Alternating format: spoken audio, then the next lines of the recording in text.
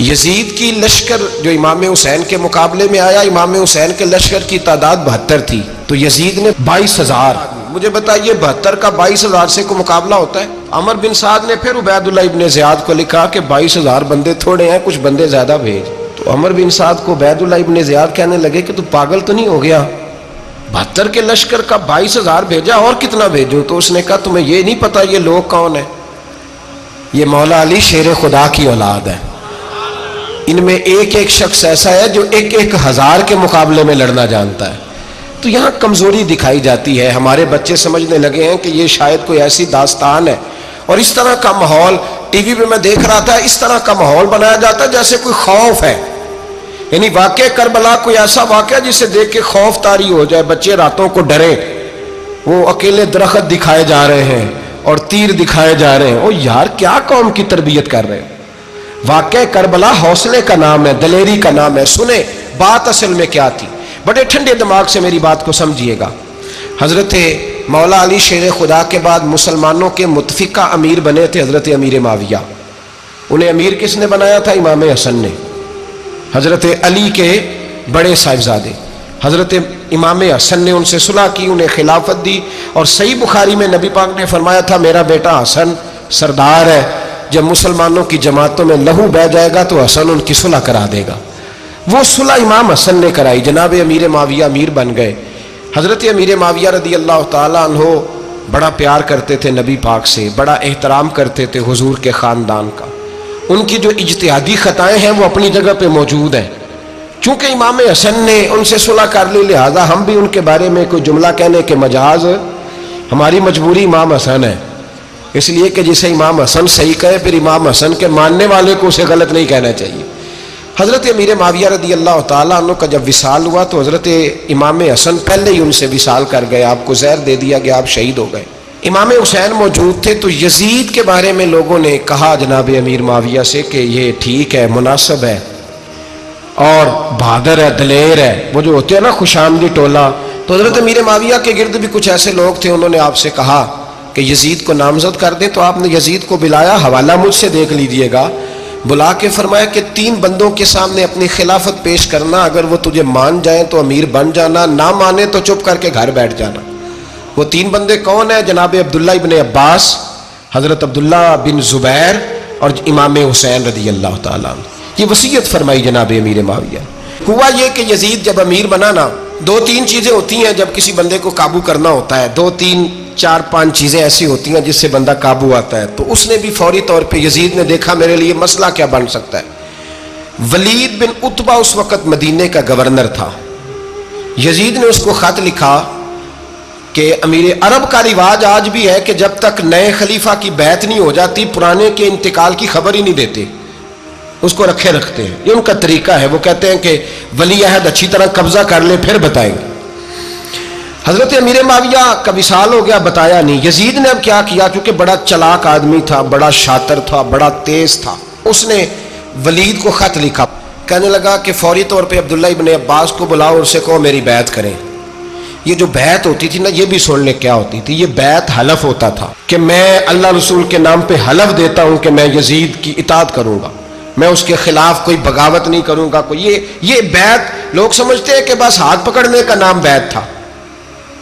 اس بیعت کا متبادل جمہوری ملکوں کے اندر ووٹ آیا ہے. تو کہا بیعت کرے. حضرت عبداللہ ابن عباس کو بھی بلاؤ، عبداللہ بن زبیر کو بھی بلاؤ، امام حسین کو بھی بلاؤ. امام حسین آدھی رات کے وقت بیٹھے تھے مسجد نبوی میں، چونکہ 5 نمازوں کی آپ امامت کرتے. امام حسین نماز پڑھا کے عشاء کی بیٹھے تھے. جناب عبداللہ بن زبیر، عبداللہ بن زبیر کون تھے؟ یہ نبی پاک صلی اللہ علیہ وسلم کی پھوپھی پوتے تھے اور جناب صدیق اکبر کے نواسے تھے. حضرت عبداللہ بن زبیر اور جناب زبیر بن عوام عشرہ مبشرہ صحابی ہیں، ان کے بیٹے تھے. بہت زیرک آدمی تھے. یہ بھی امام حسین کے پاس بیٹھے تھے. عبداللہ ابن عباس بھی تھے جو حضور کے چچا کے بیٹے ہیں، اس امت کے پہلے مفسر ہیں قرآن پاک. یہ لوگ بیٹھے تھے. تو ولید نے ایک بندہ بھیجا، اس نے آ کے کہا جناب آپ کو گورنر صاحب نے بلایا ہے. تو عبداللہ بن زبیر کہنے لگے حسین اس وقت بلانے کی بات سمجھ میں نہیں آئی. تو امام حسین بڑے بصیرت والے تھے، اللہ نے بصیرت دی تھی. کہنے لگے عبداللہ آپ کو سمجھ نہیں آئی، مجھے سمجھ آ گئی ہے، امیر معاویہ وصال کر گئے اور یہ ہمیں جو بلایا گیا ہے نا، یہ یزید کی بیعت کے لیے بلایا گیا ہے. تو کہا پھر آپ آدھی رات کو نہ جائیں، آپ کے لیے خطرہ ہوگا۔ تو امام حسین فرمانے لگے خطرہ حسین کو نہیں ہوتا۔ نہیں، کہا پھر بھی آپ مہربانی کریں ذرا احتیاط سے جائیں۔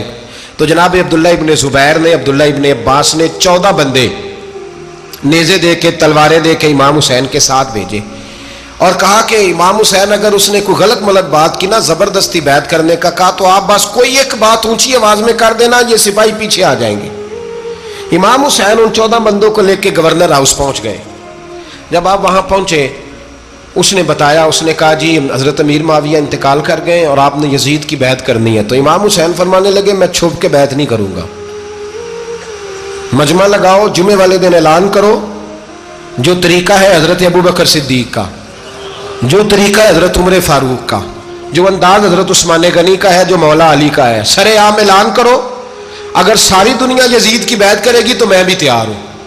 تم مجھ سے بیعت لے کے پھر لوگوں کو بتانا چاہتے ہو کہ حسین بیعت ہو کر رہے ہیں تو تم کیوں نہیں کر رہے؟ میں عام آدمی نہیں ہوں، لہذا چھپ کے بیعت نہیں کرتا۔ جب یہ بات کی نا تو ولید بڑا نرم دل تھا اور امام حسین کی شان کو جانتا تھا، وہ جانتا تھا یہ نبی پاک کا خاندان ہے۔ اس نے کہا جی مجھے تو حکم تھا، باقی آپ حضور کے نواز ہیں، میں کر کچھ۔ وہاں ایک بڑا بدبخت شخص بیٹھا تھا، عبد الملک بن مروان، وہ ولید سے کہنے لگا کہ اگر حسین آج تمہارے ہاتھ سے نکل گئے تو تمہارے لیے بہت بڑا مسئلہ کھڑا ہو جائے، انہیں جانے نہ دینا، یا بیعت کراؤ یا ان سے کہو جنگ کے لیے تیار ہو۔ تو امام حسین رضی اللہ تعالیٰ عنہ کے کانوں میں آواز گئی تو فرمانے لگے ابن مرجانہ، اگر تیرے اندر جرت ہے تو آ سامنے حسین کے، اس کے کانوں میں باتیں نہ کر، کانا پھوسی نہ کر، باہر آ میدان میں، شرارت نہ کر، باہر آ، میں تمہیں ابھی بتاتا ہوں کہ حسین سے مقابلہ کرنے کا انجام کیا ہے۔ یہ کہہ کہ امام حسین باہر نکلے، اپنے بھائی محمد بن انفیہ کو بلایا، عبداللہ بن زبیر، عبداللہ ابن عباس، ڈھیر سارے لوگ کٹھے ہو گئے۔ فرمایا یہ معاملہ ہے، اب کیا کرنا ہے؟ تو وہ کہنے لگے حضور وقت ابھی مناسب نہیں ہے، آپ اس طرح کریں یہاں رکے، ہم مکے سے، عراق سے، کوفے سے لوگوں کو بلاتے ہیں، یہاں ایک بڑی مجلس مشاورت قائم کرتے ہیں۔ امام حسین فرمانے لگے اگر تم مشاورت قائم کرو گے تو ولید اور عبد الملک بن مروان وہ تو جنگ کرنے کو تیار ہے، اور نبی پاک نے فرمایا ایک مینڈا ہوگا جس کی وجہ سے مدینے کی گلیوں میں لہو بہے گا۔ فرمانے لگے میں وہ بکرا، وہ مینڈا نہیں بننا چاہتا۔ کہا پھر آپ کیا کریں گے؟ تو امام حسین رو پڑے، فرمانے لگے میں مدینہ چھوڑ جاؤں گا لیکن مدینے کی حرمت پامال نہیں ہونے دوں گا۔ امام علی مقام آدھی رات کے وقت نکلے، سیدہ فاطمہ کا دروازہ ایک اس دن تھا جس دن حضرت مولا علی کوفے چلے گئے تھے، اور دوبارہ آج تالا لگا جب امام حسین نکلے۔ آپ جنت البقیع کے پیچھے کھڑے ہو کے حضور کا روضہ دیکھنے لگے، اس وقت گنبد تو نہیں ہوتا تھا، روضہ دیکھنے لگے۔ نانا تیرے کرم کے خزینے کی خیر ہو، میں جا رہا ہوں تیرے مدینے کی خیر ہو۔ سارا خاندان لے گئے، مکے تشریف لے گئے، حج کے ایام قریب آنے والے تھے۔ امام حسین نے وہاں لوگوں سے باتیں کی۔ جب امام حسین وہاں پہنچے تو کوفے سے خط آنے لگے۔ کوفہ حضرت علی کا دارالخلافہ تھا، وہاں آپ کے محبین، پیار کرنے والے ڈھیروں تھے، انہیں خط لکھے کہ حضور آپ چپ کر کے بیٹھے ہوئے ہیں اور ہمارے اوپر یزید مسلط ہو گیا ہے، آپ اگر میدان میں نہیں نکلیں گے، آپ نہیں آئیں گے تو ہم اللہ کی بارگاہ میں شکوہ کریں گے کہ کوئی ہماری کمان کرنے کو تیار ہی نہیں ہوا۔ اور وہ خط 1 2 3 نہیں آئے، وہ خط اتنے تھے کہ 3 بوریوں میں بھرے تھے امام حسین، 3 بوریوں میں۔ اب مجبوری ہو جاتی ہے، حق کے لیے کئی دفعہ بات کرنا مجبوری ہوتی ہے، اگر نہیں کرے گا تو پھر اس کو بھی قبر میں جواب دینا پڑے گا۔ امام علی مقام رضی اللہ تعالیٰ عنہ نے مکے میں اب لوگوں کو جمع کیا مشورے کے لیے۔ ہر بندے نے کہا حضور وہ بلا تو رہے ہیں پر اپنے وعدوں کے پکے۔ کہا حضور وہ پکے نہیں، آپ نہ جائیں۔ ہر بندے نے کہا حالات ٹھیک نہیں، حالات گراؤنڈ ریالٹی صحیح نہیں، یہی مشورہ آج بھی ہر بندہ دیتا ہے، ابھی حالات نہیں۔ اتنے خراب حالات کبھی نہیں ہوئے تھے جتنے امام حسین کے دور میں تھے، لیکن فرمایا میں دین کے خلاف غلط حکمران کو مسلط ہونے کی اجازت، بول کے بتائیے، بول کے، غلط حکمران کو مسلط ہونے کی اجازت، مزاحمت کروں گا، مخالفت کروں گا۔ امام کہنے لگے کوئی بات نہیں، وہ میرے ساتھ چلے نہ چلے لیکن میں کوفے جاؤں گا، وہ لوگ میرے ساتھ کھڑا ہونے کو تیار ہے تو وہ جھوٹ ہے یا سچ ہے پر میں چلوں گا۔ جب امام علی مقام نے اصرار فرمایا تو جو آپ کے قریبی صحابہ کرام کی اولادیں تھی ساری، یہ بھی اب بیماری ہے، کچھ لوگ کہتے ہیں جی صحابہ نہیں ساتھ چلے، تو میں کہتا ہوں اہل بیت نبوت کے تو کل افراد 21 تھے، تو 72 میں باقی اولادیں کس کی تھی؟ وہ ساری صحابہ کی اولادیں تھیں، وہ سارے، پتہ نہیں کیوں اس طرح کا فلسفہ بیان کیا جاتا ہے جس میں حالات خراب ہو۔ حضرت سیدنا امام علی مقام کو جب بہت زیادہ کہا گیا نا، تو امام حسین رضی اللہ تعالیٰ عنہ نے فرمایا چلو میں ایک کام کرتا ہوں، مسلم بن عقیل کو بھیجتا ہوں۔ حضرت علی کے بھتیجے ہیں، امام حسین رضی اللہ تعالیٰ عنہ کے چچا کے بیٹے ہیں، حضرت عقیل کے صاحبزادے مسلم بن عقیل بڑے سمجھدار آدمی تھے، معاملہ فہم تھے، بڑے جری تھے، اتنا زبردست مشورہ کم لوگ دیتے ہیں جتنا حضرت مسلم بن عقیل دیتے تھے۔ ان کو بھیجا گیا کوفے۔ اب اس میں بڑی تفصیل ہے، وہ اپنے 2 بچے بھی لے گئے۔ جب وہ کوفے پہنچے نا تو کوفے پر جناب نعمان بن بشیر کی حکومت تھی، آپ گورنر تھے اور اہل بیت سے بڑی عقیدت رکھنے والے، نرم رویہ۔ عبید اللہ ابن زیاد کوفے کا گورنر نہیں تھا، یہ کسی اور علاقے کا تھا۔ جب آپ وہاں پہنچے تو نعمان بن بشیر نے دیکھا کہ حضرت مسلم بن عقیل آئے ہیں، تو لوگ دوڑے ان کی بیعت کرنے، بھاگے۔ اتنے لوگ جمع ہوئے کہ ایک دن میں 17,000 آدمی نے بیعت کر لی۔ کتنے بندے جی؟ 17,000 آدمی ایک دن آیا۔ اب وہ جو امام مسلم بن عقیل کے وہاں نعرے لگانے والے تھے، کہنے لگے حضور یہ پہلے دن کی کارکردگی ہے، 2-4 دن میں دیکھیے کیا ہوتا ہے۔ 2-4 دن میں کیا ہوا؟ 40,000 آدمی نے بیعت کر لی۔ اب وہ 40,000 بندہ تیار ہو گیا۔ ادھر سے جو یزید کے وفادار تھے انہوں نے خط لکھا یزید کو کہ تو نے بڑا نرم آدمی گورنر بنایا ہے اور 40,000 بندہ چلا گیا حسین کی طرف، اگر ایک دن مسلم بن عقیل اور رہے تو جو تمہارا گورنر بیٹھے ہیں نا جناب نعمان بن بشیر، ان کو گورنر ہاؤس سے نکال کے مسلم بن عقیل قبضہ کر لیں گے، تو چپ کر کے بیٹھا ہے۔ یزید بڑا تیز تھا، اس نے ایک آدمی گھوڑے پہ دوڑایا۔ عبید اللہ ابن زیاد ایک اور علاقے کا گورنر تھا، پر بڑا ظالم سا بدماش تھا، بڑا سخت گیر آدمی تھا۔ اس کو کہا کہ تو پہلے ایک صوبے کا گورنر ہے، جا تجھے دوسرا صوبہ بھی دیا۔ اس طرح کار فوری طور پہ کوفے پہنچ اور جا کے مسلم بن عقیل کو گرفتار کر، جو آدمی ان کا ساتھ پھر بھی دے اسے قتل کر دے۔ اس نے کیا کیا؟ وہ آدھی رات کو آیا، منہ چھپایا، جبہ پہنا، لوگ سمجھے امام حسین آ گئے۔ بہت سارے لوگوں نے اس کے نعرے بھی لگائے۔ وہ چپکے سے داخل ہوا اندر، اور چپکے سے داخل ہو کے اس نے سب سے پہلا کام یہ کیا کہ نعمان بن بشیر رضی اللہ عنہ کو معزول کیا، کوفے کے گورنر ہاؤس پہ قبضہ کیا۔ پھر اس نے اسی وقت سوئے ہوئے سرکردہ لوگ، جس طرح ایک گاؤں کا چودھری دوسرے کا محلے میں قبیلوں کے جو لوگ تھے چودھریوں کو بلایا، کچھ کو سزائیں دیں، کچھ کو سخت کہا، کچھ کو ان کے عیب گنوائے کہ وہ تمہارا فلانا مسئلہ پھر خراب کر دوں گا، بلیک میل کیا۔ صبح ہونے تک حالات اگر تم نے میرے قابو میں نہ کیے تو یاد رکھنا بڑا مشکل ہوتا ہے حق پہ کھڑا ہونا، بڑی چیزیں لوگوں کو یاد آتی ہیں، اللہ جانتا ہے۔ پہلے کچھ ہوتا ہے، بعد میں معاملہ کچھ ہوتا ہے۔ حضرت مسلم بن عقیل کے ساتھ جس دن عبید اللہ ابن زیاد آیا 40,000 کا لشکر تھا۔ اگلے دن صبح ہوئی، اگلے دن تو یہ حال ہو گیا کہ آپ جب کوفے کی جامع مسجد میں زور کی نماز کے لیے گئے تو 5-7 ہزار آدمی نماز پڑھنے آیا، اور جب مغرب کا وقت آیا تو لوگوں نے چند ہزار لوگ رہ گئے، نماز کی نیت باندھی۔ توجہ کرنا میری بات پہ، ایک مسئلہ بھی سمجھ میں آئے گا۔ لوگوں نے نماز کی نیت باندھی تو حضرت مسلم بن عقیل امامت کر رہے ہیں، ہاتھ باندھے ہوئے ہیں، تو بہت سارے لوگوں نے پیچھے ہاتھ چھوڑ دیے۔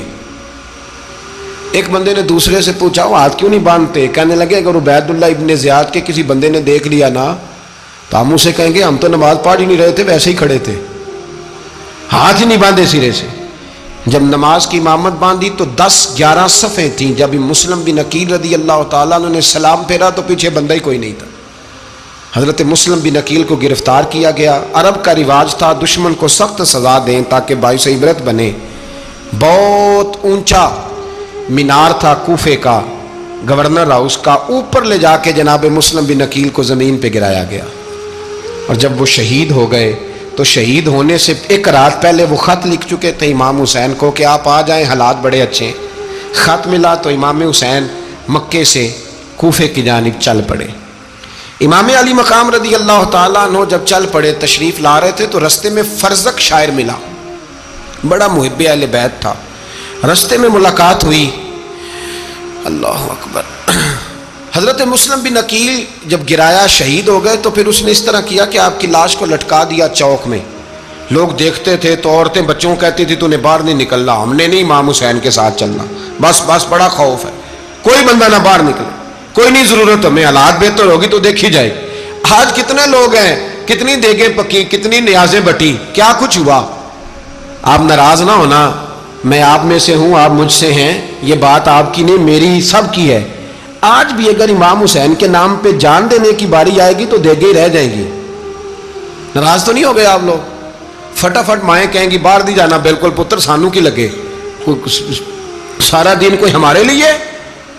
وہ پیر صاحب تو کرتے رہتے ہیں باتیں, ان کا تو کام ہے, خبردار ہم نے نہیں جانا. دیگیں دینے کو سارے تیار ہیں, جانے دینے کو تیار ہونا. ناراض ہو گئے آپ لوگ؟ چلو کوئی نہیں, ہو جاؤ, خیر صلی اللہ ہے, بات تو ٹھیک کر رہا ہوں نا. حضرت امام حسین رضی اللہ تعالیٰ عنہ نے فرزق شاہ رستے میں ملا تو امام حسین کو کہنے لگا کہاں جا رہے ہیں؟ فرمایا میں کوفے جا رہا ہوں. کہنے لگا حضور نہ جائیے گا, لوگوں کے دل آپ کے ساتھ ہیں, تلواریں آپ کے ساتھ نہیں. سیدنا امام حسین رضی اللہ تعالیٰ عنہ کو آ کے کہا حضور وہ سارے کوفے والے مانتے ہیں کہ بات حسین کی ٹھیک ہے لیکن آپ کی سپورٹ نہیں کریں گے. اور اگلی بات فرزق نے یہ کی کہ حضور میں حضرت مسلم بن عقیل کی لاش کو لٹکی ہوئی دیکھ کے آیا ہوں کوفے کے چوک میں. بڑا ہی خوبصورت فکرہ ہے امام حسین کا. فرمانے لگے میرا بھائی لٹکا ہوا تھا, کہیں کسی کے آگے جھکا تو نہیں تھا؟ لٹکا ہی تھا نا, کہیں جھکا تو نہیں کسی کے آگے؟ کہا حضور نہیں. تو آپ فرمانے لگے اگر مسلم بن عقیل لٹک گیا تو حسین بھی لٹک جائے گا, لیکن جھکے گا. حضرت امام حسین تشریف لائے, بچوں سمیت آئے. حر بن یزید ایک شخص تھا. حر بن یزید ایک مختصر سا لشکر لے کے اس نے امام حسین کو ایک جگہ پہ روکا, پھر دوسری جگہ پہ روکا, بالآخر تیسری جگہ پہ روکا. تو امام حسین نے فرمایا جگہ کون سی ہے؟ کہا حضور کرب و بلا. فرمایا بس یہی خیمے لگا دو, یہی. حضرت سیدہ زینب نے پوچھا امام حسین سے کہ سارے زمانے نے روکا ہے, ٹھیک ہے آپ حق پہ ہیں, یہ بھی سب نے کہا آپ حق پہ ہیں, پر روکا بھی سب نے, آپ روکے کیوں نہیں؟ تو ابن کثیر اور ابن اسیر لکھتے ہیں کہ امام حسین رو پڑے, کہنے لگے بہن میں رک جاتا پر میں نے رات کو نانا مصطفیٰ کو خواب میں دیکھا ہے. تو حضور نے فرمایا حسین اگر آج یہ رواج پڑ گیا نا یزید جیسے لوگوں کا تو قیامت تک پڑا رہے گا. پھر لوگ کہیں گے کوئی نکلا نہیں تھا تو ہمیں بھی نکلنا. پھر لوگ ظالموں کے سامنے گردنیں جھکانے کے عادی ہو جائیں. میں کہتا رہتا ہوں, کہہ رہا ہوں, کربلا کی جنگ کفر اسلام کی جنگ نہیں, کفر اسلام کی جنگ نہیں کربلا کی. کیونکہ یزید تو بڑا پکا نمازی تھا, خطبہ دیتا تھا. وہ تو جب امام حسین رضی اللہ تعالیٰ عنہ نے کربلا کے میدان میں جمعے کا دن تھا تو یزید کے سامنے کو بات کرنی شروع کی, عمر بن سعد کے سامنے. تو عمر بن سعد کہنے لگا حسین زیادہ باتیں نہ کر, ہمارا جمعہ لیٹ ہو رہا ہے, جنگ کے لیے تیار ہو, فٹافٹ آ.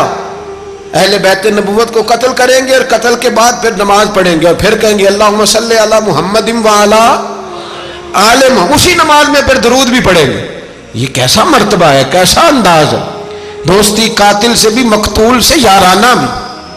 امام حسین نے حر بن یزید امام حسین سے کہنے لگا مجھے حکم ہے آپ کو روکنے کا, آپ آگے نہیں جا سکتے. امام صاحب نے فرمایا وجہ زمین اللہ کی ہے. اس نے کہا آپ بیعت نہیں کر رہے, یزید کی حالات آپ کے حق میں درست نہیں ہیں, آپ نہیں جائیں گے. امام روک گئے. ظہر کی نماز کا وقت ہوا تو حضرت علی اکبر امام حسین کے بڑے صاحبزادے انہوں نے اذان ظہر پڑھی تو حر بن یزید کے لشکر نے امام حسین کے پیچھے نماز ادا کی.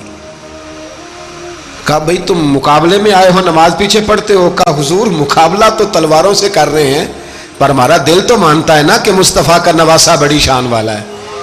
حر بن یزید نے 3 نمازیں لشکر سمیت امام حسین کے پیچھے پڑھی ہیں, 3 نمازیں, ظہر اثر اور مغرب. پھر امام حسین کے سامنے شرائط پیش کی کہ آپ کو یہاں گھیر لیا گیا ہے, یہاں آپ بیعت کریں گے, یہاں جنگ کریں گے, 2 ہی باتیں. امام حسین نے فرمایا نہیں بھائی بیعت تو میں نہیں کرتا, اس کے علاوہ تم جو کہتے ہو میں کرنے کو تیار ہوں. اس نے خط لکھا, عبید اللہ ابن زیاد کو ایک بندہ دوڑایا پیچھے, کوفے چند میل پہ کوفہ تھا. کہا وہ نہیں مان رہے, کیا کرنا ہے؟ تو حسین ابن علی ہے, میں زیادہ دیر انہیں روک بھی نہیں سکتا. انہوں نے پیغام دیا حر بن یزید کو کہ کرنا کچھ بھی نہیں, ان کا پانی بند کر دو, بلیک میل کرو, کھانا پانی نہیں ملے گا, چھوٹے چھوٹے بچے ہیں, خود ہی مان جائیں گے. حضرت امام علی مقام کے بارے میں حور کے پاس جب یہ پیغام آیا تو حور کہنے لگا میری طبیعت نہیں مانتی حسین پر پانی بند کروں، دل نہیں مانتا۔ جب یہ لفظ کہے نا دوبارہ تو پھر عبید اللہ ابن زیاد نے عمر بن سعد کو 10,000 آدمی دے کے بھیجا، کہا حور بن یزید لچک دکھا رہا ہے حسین کے حق میں۔ ایک رے کا علاقہ تھا، بڑی وہاں فصل ہوتی تھی، لوگ کوشش کرتے تھے وہاں کا گورنر بننے کی، کوشش کرتے تھے۔ تو عبید اللہ ابن زیاد کہنے لگا تمہیں رے کی گورنری ملے گی، سب سے سرسبز و شاداب علاقہ، تمہیں وہاں کا گورنر بنایا جائے گا اگر حسین کے خلاف لڑو گے۔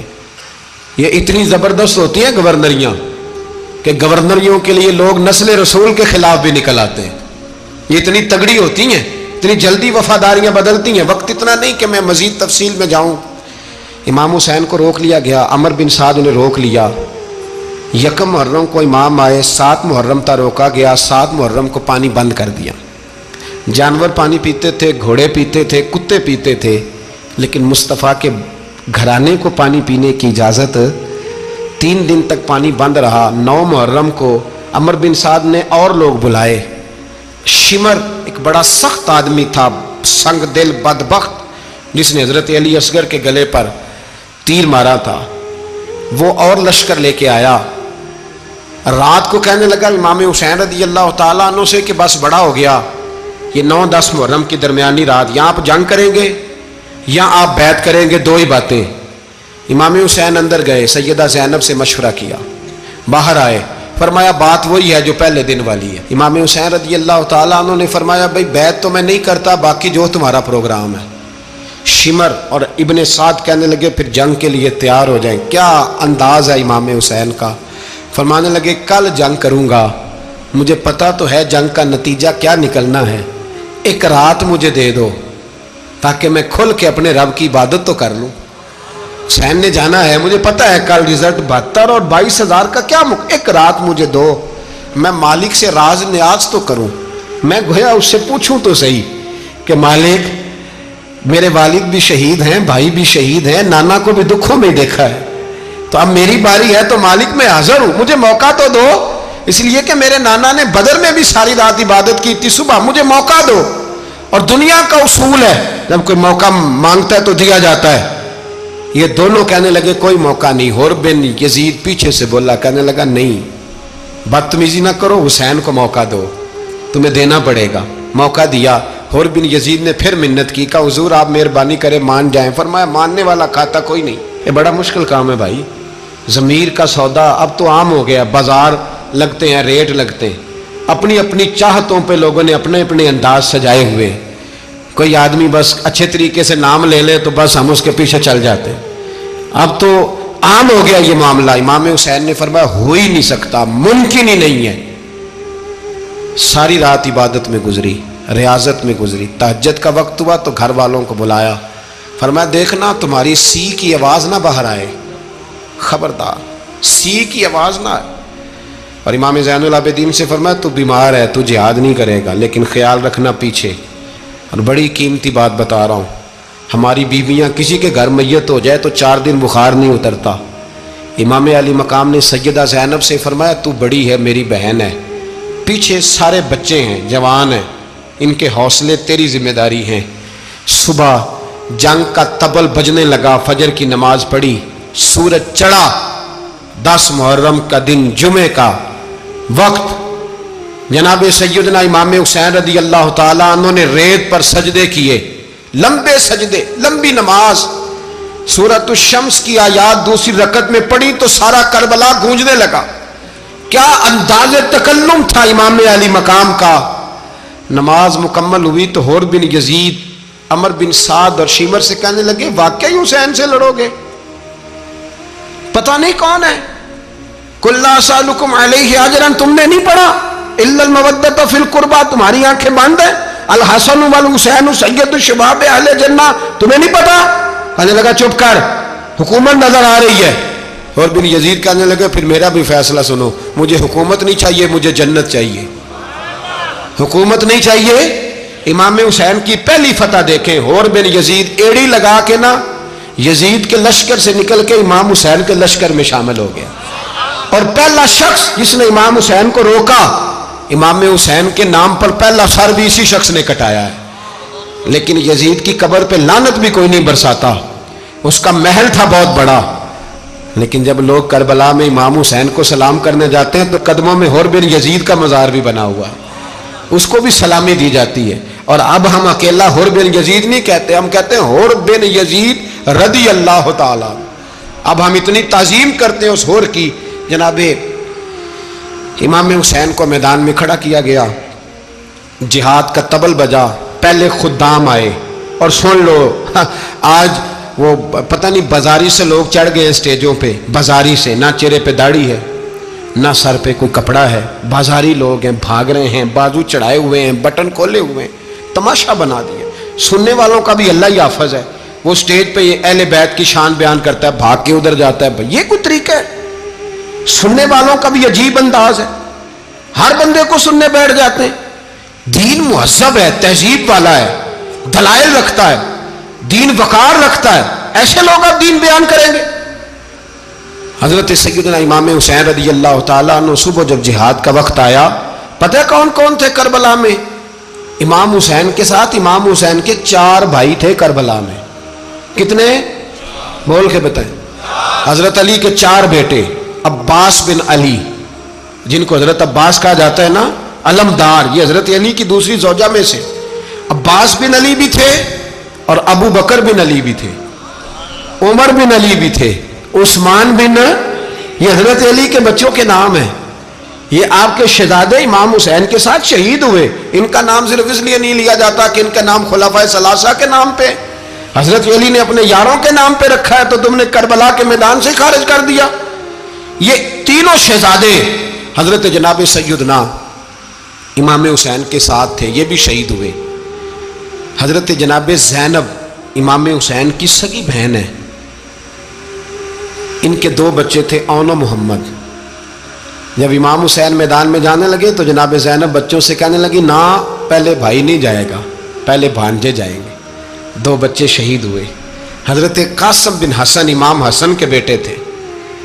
وہ جب میدان میں جانے لگے تو امام حسین نے کہا، نہیں بھائی تو نہیں جائے گا، تو میرے بھائی کی نشانی ہے، میں جاؤں گا. تو حضرت قاسم بن حسن نے ایک تعویذ کھول کے دیا کہ ابا جی میرے والد نے کہا تھا جب بڑی مشکل آ جائے تو تعویذ کھول کے دیکھنا. تو آج بڑی مشکل آئی ہے تو میں نے تعویذ کھولا ہے، تو یہ دیکھیں کیا لکھا ہے. یہ تو رکا ہے، تعویذ ہے ہی نہیں. جب کھول کے دیکھا تو اس پہ لکھا تھا، قاسم اگر حسین پہ کوئی کڑا وقت آ جائے تو بیٹھ کے آگے آگے رہنا، اگر کڑا وقت میرے بھائی پہ کبھی آ جائے نا، دیکھنا اس کے آگے آگے چلنا، اسے حسن کی کمی نہ محسوس ہو. پائیاں جہاں ساک نہیں کوئی جے وچ خار نہ ہوئے. سیدنا امام حسین پہلی دفعہ کربلا میں اس وقت روئے جب یہ رکا. آپ نے دیکھا تو فرمایا ٹھیک ہے، اگر حسن کی یہ وصیت ہے تو میں نے زندگی میں اگر ان کی ہر بات مانی ہے اب بھی مانوں گا، تمہیں اجازت ہے. جناب قاسم بن حسن 16 سال کا جوان جب میدان میں نکلے تو ہائے ہائے پتہ نہیں کہاں سے آ گئی ہے. امام قاسم بن حسن جب میدان میں نکلے تو تبری سے لے کر علامہ ابو الاسناد صاحب سب کو پڑھ کے تو دیکھو، 3 دن کی پیاس ہے، شدید آزمائش ہے، دکھ ہے، تکلیفیں ہیں، پھر بھی پہلی دفعہ جب میدان میں گئے ہیں واپس آئے ہیں 19 لوگوں کو قتل کر کے واپس آئے. سناؤ قصہ خیبر کو، تمامی اپنے بچوں کو. علی کی داستان سن کے دلوں سے ڈر نکلتا ہے. علی کی داستان سن کے دلوں سے، یہ جو بچے ڈر رہے ہیں نا، وہ چمگادڑ آ گئی، کاکروچ آ گیا، یہ خوف نکل جائے گا اگر حضرت قاسم بن حسن کی بات سنیں گے. درجنوں لوگ آپ نے قتل کیے. ایک دفعہ آئے، کہا چاچا یزید کا لشکر تو بڑا ہی بزدل ہے، اگر چند قطرے پانی میرے حلق سے گزرے تو میں سارے کاٹ کے لے آؤں گا آپ کے پاس، چند قطرے. لیکن تھوڑی دیر گزری، عمر بن سعد کہنے لگا اکیلے اکیلے جاؤ گے تو علی کا پوتا ہے، یہ سب کو مار دے گا، کٹھے جاؤ. چاروں جانب سے تیر برسے، ایک تیر لگا آ کے گردن کے پیچھے، بس جناب سیدنا قاسم بن حسن گھوڑے سے نیچے گرے. تو جناب زینب حوصلہ کر کے آنسو سمیٹ کے کہنے لگی میں دیکھ رہی ہوں پردے کے پیچھے سے حسین میرے بھائی کا بیٹا گر گیا ہے، جا اسے اٹھا کے لا. حضرت امام حسین ان کو اٹھا کے لائے تو امام حسین نے سینے سے لگایا ہوا تھا تو ان کے پیر، ان کا قد لگتا تھا امام حسین سے زیادہ ہے، اٹھا کے لایا، لٹا دیا گیا۔ امام حسین کے اپنے بڑے بیٹے میدان میں نکلنے کو، علی اکبر نام ہے، جب جن لوگوں نے حضور کو نہیں دیکھا تھا وہ جب کہتے نا ہم نے نبی پاک کا دیدار نہیں کیا تو بتاؤ کس طرح کے تھے، تو بتایا جاتا تھا کہ جناب علی اکبر کا دیدار کرو، ہم شبیہ مصطفیٰ۔ اور جب وہ گلیوں میں نکلتے تھے تو عورتیں چھتوں پہ چڑھ جاتی۔ جناب علی اکبر رضی اللہ تعالیٰ عنہ تلوار لے کے میدان میں نکلے، جوان بیٹے دینے بڑے مشکل۔ او یارو رٹا کیا ہے یہ تو بتاؤ، کہ ظالم آدمی حکمران، یار یہ رٹا ہے، ایک ظالم کا رستہ روکنا ہے، اس رٹے کے لیے ہم شبیہ مصطفیٰ۔ جناب سیدنا امام علی اکبر میدان میں نکلے، بڑے لوگ مارے، بڑے، پھر ایک تیر ان کے بھی گلے میں لگا، اور جب وہ گرے نا زمین پہ تو حضرت امام حسین دوڑ کے آئے، دوڑ کے، اور جب تشریف لائے تو ان کے گلے سے تیر کھینچا تو ایک جملہ لکھا ہے صاحب تبری نے، اس نے حد کر دی، کہنے لگے تیر کھینچا تو امام حسین کی آنکھوں میں آنسو آئے، کہنے لگے کاش جناب ابراہیم آج میرے سامنے ہوتے تو میں انہیں کہتا کہ آپ نے تو بیٹا ذبح کرتے وقت آنکھوں پہ پٹی باندھی تھی، دیکھو میں کھلی آنکھوں سے بچے ذبح کر رہا ہوں، کھلی آنکھوں، کاش جناب ابراہیم خلیل ہوتے تو انہیں کہتا۔ جناب علی اکبر بھی شہید ہوئے۔ حضرت علی اصغر کو تو اچانک اٹھایا تھا امام حسین، باہر نکلے تو گردن پہ تیر لگا تو 6 مہینے کا بچہ وہ بھی شہید ہوا، خون اچھالا آسمان کی طرف تو کہا مولا دیکھ لے، میں نے 6 مہینے والا بھی نہیں بچایا، وہ بھی دے دیا ہے۔ پھر حضرت عباس کو بیٹیوں نے کہا کہ اب نہ، کچھ کہتے ہیں پہلے شہید ہوئے، کچھ نے لکھا بعد میں، کہ اب ہم سے پانی کے بغیر نہیں رہا جاتا، تو جناب عباس پانی کا مشکیزہ لے کے نکلے باہر، ایک ہاتھ کٹا، دوسرے پہ مشکیزہ وہ بھی کٹا، پھر پانی تو بھر لیا تھا لا نہ سکے، پھر گردن کٹی تو شہید ہوئے۔ بچوں کی بھی شہادت ہوئی، پر جب ان کا لاشہ اٹھایا تو امام حسین کہنے لگے مولا اب نہ حسین کی کمر کمزور ہو گئی ہے، اب کمزور ہو، اور بھائی ایک میت ہو جائے تو 4-5 دن تو پوری آنکھیں نہیں کھلتی، کیسا جری خاندان ہے۔ تھوڑی دیر گزری تو امام علی مقام نے پٹکا باندھا، سر پہ دستار باندھی، مولا علی کی تلوار پکڑی، نبی پاک کا امامہ باندھا اور گھوڑے پہ سوار ہوئے تو کہنے لگے زینب گھر تیرے حوالے اور میں اللہ کے حوالے، گھر تیرے حوالے اور میں، اور پھر امام حسین نکلے، امام علی مقام نکلے۔ راوی کہتے ہیں کہ یہ جلوہ پہلے بھی بڑے سونے تھے پر آج جو رنگ دیکھا وہ کبھی نہیں دیکھا، کیا انداز تھا، جدھر جاتے نعرہ لگاتے تو حد ہو جاتے، اتنے لوگ امام حسین نے کاٹے، اتنے کاٹے، پھر واپس پلٹ کے آئے اور کہنے لگے زینب ذرا پردے کے پیچھے سے دیکھ تو صحیح میری بہن، ان بزدلوں کو جرت ہی نہیں ہو رہی حسین کے مقابلے میں آنے، ایک دوسرے کو دھکا دیتے، تو جا تو جا، پھر اکٹھے وار ہوئے۔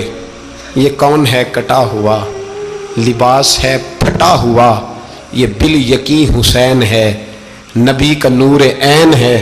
پھر چاروں جانب سے تیر برسے تو امام علی مقام چونکہ نماز کا وقت ہو گیا تھا، اترے گھوڑے سے، خون بہ رہا تھا، گرم ترین ریت سے تیمم کیا، سر سجدے میں رکھا، اور جب شمر آپ کی گردن کاٹنے لگا تو کہنے لگے ٹھہر جا ذرا رب سے ایک بات کر لینے دے، اور پھر بولے امام حسین، کہنے لگے مالک تو اب بتا کہ حسین سے راضی ہے کہ ناراض ہے، تو بتا۔ تو پھر ایک آواز آئی، یا ایتھا النفس مطمئنہ ارجعی الی ربک راضیۃ مرضیہ، فرمایا نفس مطمئنہ واپس آ جا، تو اللہ سے راضی ہے، اللہ تجھ سے راضی۔